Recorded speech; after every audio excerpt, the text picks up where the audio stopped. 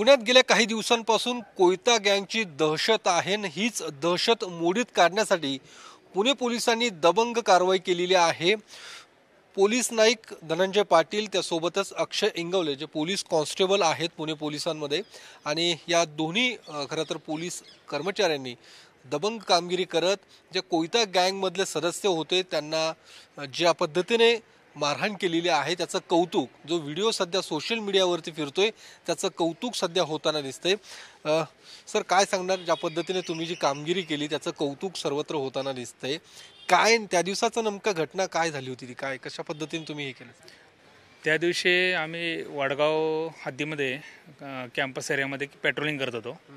त्या दरम्यान काही मुले आम्हाला सांगत आले की वरती कोयत्याने दहशतीचं काही मुले दहशत घालतायत। त्यावेळी आम्ही इंगवले आणि आम्ही दोघे आतमध्ये गेलो तर तिथं एक जण कोयत्याने दहशत करत होता, दिसल त्याला वार करत होता आणि दुकाने वगैरे फोडत होता।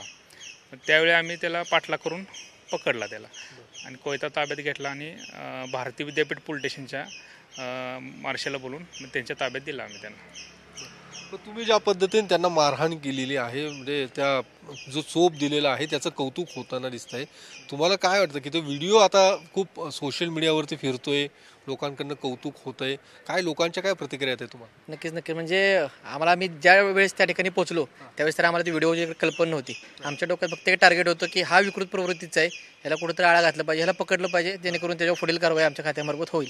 मग आम्ही त्याला पकडलं, एवढे सगळे व्हिडिओ आमचे व्हायरल झाले, मित्रांचे सगळ्यांचे फोन यायला लागले, हे छान वाटतं। आणि व्हिडिओ असं व्हायरल व्हायचा अजून एक फायदा काय की अजूनही विकृत प्रवृत्तीचे जे लोक त्यांना अजूनही त्यांच्या डोक्यात असं असेल की आपण कुठेतरी असं दहशत निर्माण करू कोयत्याने, त्यांना पण एक जरब या ठिकाणी बसेल, ते नक्कीच या ठिकाणी विचार करतील आता इथून पुढे।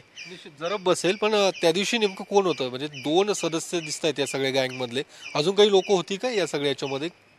नाही, 2च होते, तर त्यातील एक सापडला म्हणे, एक निघून गेला तिथून, तर एकाला पकडलं। आता बाकीचे स्पष्ट होईल अजून म्हणजे तपासानंतर म्हणजे कोणी होतं का वगैरे। पण आपण जर पाहिलं गेल्या काही दिवसांपासून सभागृहात सुद्धा हा मुद्दा उपस्थित झाला होता कोयता गँगचा, त्याची दहशत सर्वत्र आणि पुणेकरांमध्ये सुद्धा एक भीतीचं वातावरण आपल्याला पाहायला मिळतंय।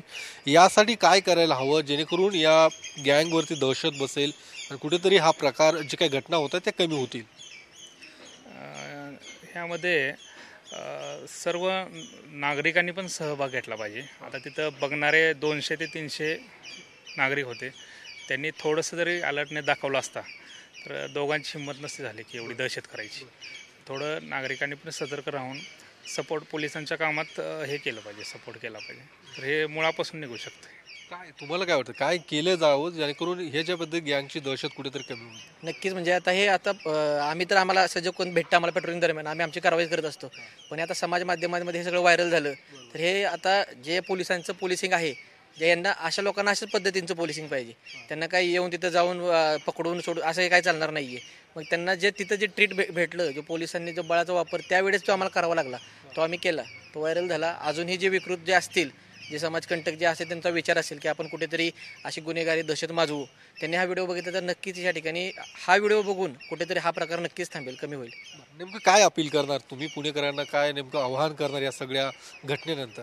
आव्हान म्हणजे आता नक्कीच की आता पोलिसांचा आपण बघतोय 112 नंबर हेल्पलाईन नंबर आहे, पोलीस लगेच हेल्पलाईन नंबरला फोन केल्यानंतर घटनास्थळी पोहोचतात। आपण असे कोणतेही घटनास्थळी कुठे संशयित आपल्याला कोयता वगैरे असा दिसला तर पहिल्यांदा आपण 112ला किंवा जवळच्या आपल्या पोलीस स्टेशनला फोन करून पहिल्यांदा तिथं पोलीस मदत घ्यायची। सतर्कतेने सगळं आपण लक्ष ठेवून म्हणजे नागरिकांनी पण सतर्कतेने राहणं गरजेचं आहे। नागरिकांनी सतर्क राहण्याची गरज आहे। मात्र या पुणे पोलिसातील जे काही दबंग दोन्ही कर्मचारी आहेत त्यांनी जी कामगिरी केली त्याचं सर्वत्र सध्या कौतुक होताना दिसतंय। मात्र ज्या पद्धतीने ही दहशत होती ती मोडीत काढण्यासाठी पुणेकरांनी सुद्धा तितकंच साथ देण्याची, तेवढंच सहकार्य करण्याची सुद्धा गरज आहे असंही या कर्मचाऱ्यांचं म्हणणं आहे। कॅमेरामन अभिजित पिसेसह मी योगेश बोरसे, TV9 मराठी, पुणे।